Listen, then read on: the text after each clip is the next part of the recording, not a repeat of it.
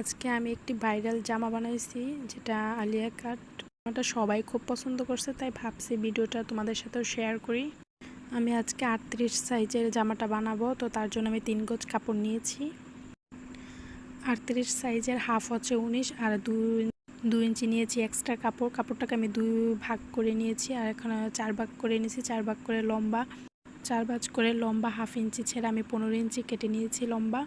এখন হচ্ছে আমি গলা, তারপর আলমোলের কেটে নিব।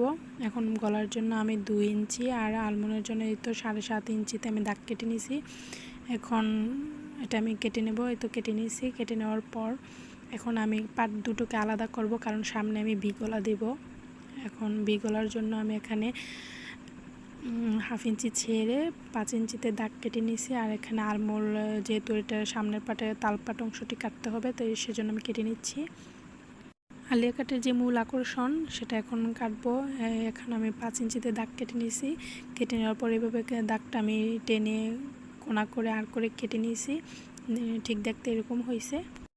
এখন আমি হাতা কেটে নেব। হাতা কাটার জন্য আমি কাপড়টাকে 4 ভাঁজ করে 2 ইঞ্চি ছেড়ে সেলাইয়ের জন্য নিচে এখানে 16 ইঞ্চি লম্বা নিয়ে কেটে নিয়েছি। তার বাকি কাপড়টুকু আমি এখানে 2 ভাঁজ করে নিয়েছি। 2 ভাঁজ করে লম্বা 15 ইঞ্চি ছেড়ে তারপরে এখানে আমার লম্বার মাপটা নিতে হবে, লম্বার 46। তারপর এক্সট্রা নিয়েছি 2 ইঞ্চি সেলাইয়ের জন্য। এখন কাপড়টিকে আমি আলাদা করে নেব, কারণ পিছনের পাটটা 5 ইঞ্চি বেশি হবে পিছনের পাট থেকে। এই তো আমার কাটা শেষ। এখন এই তো উপরেরটা হচ্ছে পিছনের পাট, আর সামনের পাটটা হচ্ছে 5 ইঞ্চি বেশি। এখন এটা হচ্ছে সামনের পাট। এই সামনের পাটটা আমি এরকম আড়াআড়ি করে কেটে নেব, কোনা করে, যেরকম বডিতে কেটে নিছি। এই তো আমার কাটা শেষ। এখন এটা কুচি দিয়ে আমি বডিতে ফিট করব।